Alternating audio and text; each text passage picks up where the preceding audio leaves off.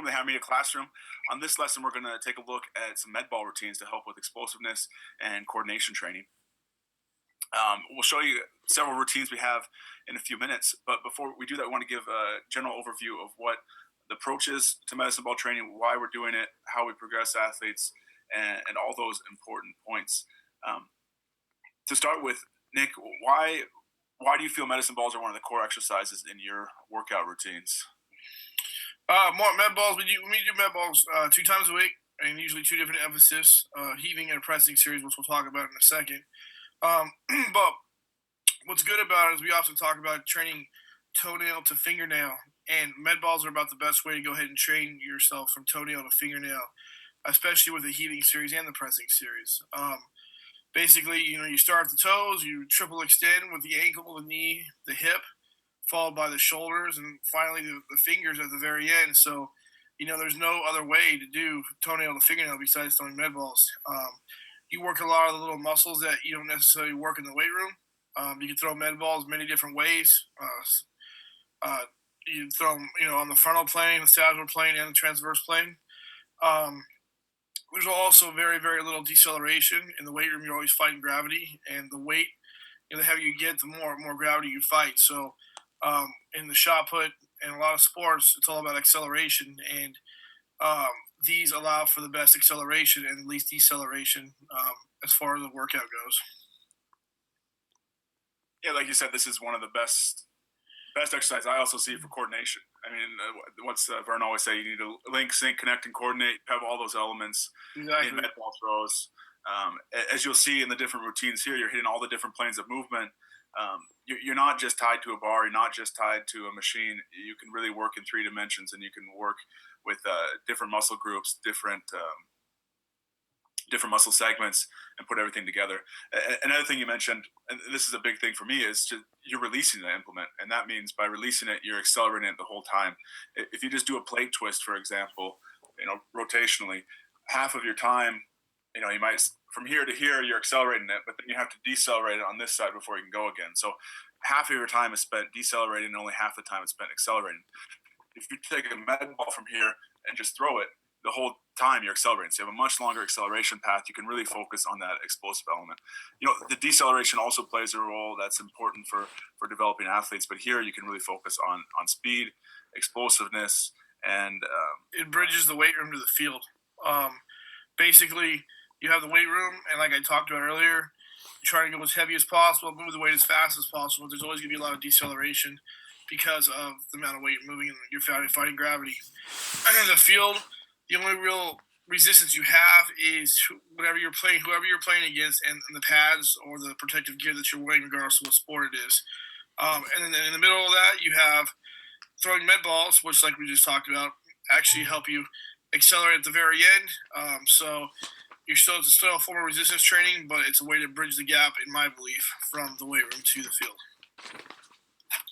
And a key element here, you'll say, you point out in the videos here too when we're doing the exercises, you always go 100%. You want your athletes giving 100% on each one. Isn't that right? Every rep's a max ever, we say. Exactly. Let's just walk through real quick a couple of the videos we're going to show. We have a heaving routine, a pressing routine, a whole body throw routine, and then also a wall series you have. And how do these fit into your progression? How would you use them at different times of the year? What's the focus of each one of these? And what do you think that each one is really trying to work on with the athletes? Well, we use the actual med ball routines, but I use them a little differently than jumping routines as far as these core med ball series. We use them throughout the year. So we'll rotate heaving and pressing. We'll use heaving and pressing in the same cycle, usually one on Monday and one on Thursday, or we can go one on Tuesday and one on Friday. One will usually be heaving, one will be pressing. And then the next cycle, we might go total body throws, which we'll also do twice a week, but there's far less exercises. And like, for example, there's only 2 pressing movements and 2 heaving movements. So we'll do that for a cycle. And then wall series is pretty much what we'll use for core exercises when we're peaking. So, for example, I always talk about using a frontal, a sagittal, and a transverse plane movement in core.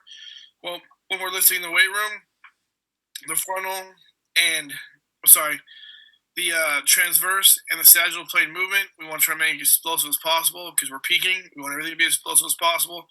So normally we'll do the wall series, which allows for that when you're throwing med balls as hard as you can against the wall overhead, and then the side to side from the side down, as we call it, down the side. That's your transverse movement, and cross in front. That's also another transverse movement. So, like I said, there's no deceleration, and it's constant explosion into the wall. And how many reps do you typically do with each of the exercises we're showing? Normally, it depends. Everything depends on the weight room. How many reps and how much volume we're doing in the weight room. So, for example, if there's two ways to look at it. If you want to do it with sets and reps, you can go ahead and I'm sorry. If you want to base your volume off sets, then what we'll do is we'll pick a number of reps, and we'll do 3 sets for the first week, which is our base week, 4 sets for our volume week, 1 set for our unload week, and 2 sets for a performance week. If we're going to do it based off reps, and I don't want to confuse you guys, but we'll do 8 reps for base week, 10 reps for performance. I'm sorry, 10 reps for volume, 4 reps for unload, and then for performance we'll do 6 reps. And basically we'll only do 1 set. So it goes 8, 10, 4, 6, basically how it goes. If you're only doing 1 set. And each set you're doing continuously without a break between exercises, correct? Exactly. If you're doing it with a set way, then yes, you're going from exercise to exercise, and you're doing no rest in between. You're just going to keep going. Yeah, that's one thing I was going to mention.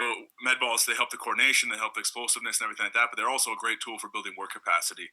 I mean, you have to bring the power over and over after one after another, all of these reps, and to be able to do that, that's what you need to, be a good athlete in most sports, and even sports like shot putting and hammer throwing, where you have one attempt that takes a few seconds and you have minutes to recover. Building up that specific work capacity helps because it's going to help you take more throws in training, help you be able to get specific fitness, specific conditioning that's going to make you able to train more, which is going to make you a better athlete and better thrower. And one thing I like to add to it is when you're working with different sports, I'll use football first for this example. We'll use soccer for football. When we do a heaving series, I call it a defensive day because every rep's in a triple extension, and it's like you're tackling somebody or lunging and hitting into somebody. Offensive days, it's all pressing, so it's like you're pass blocking or stiff arming or whatnot. Soccer wise, the heaving series could be you're going up for a header, something like that, or I call 50-50 ball. The pressing series, same difference, is you're marking somebody up or you're also doing a 50-50 ball you're going after. So if you want to get creative and make the kids understand why you're doing certain things, you can explain to them what series is specific to what sport and how it's specific to the sport. Great. Well, I think that's a good introduction. So we'll get into the videos now. First up is the heaving series, and then we'll be showing the pressing series, the whole body throw series, and at the end, the wall series. So I hope you guys enjoy it, and hope this puts it into a little bit of context.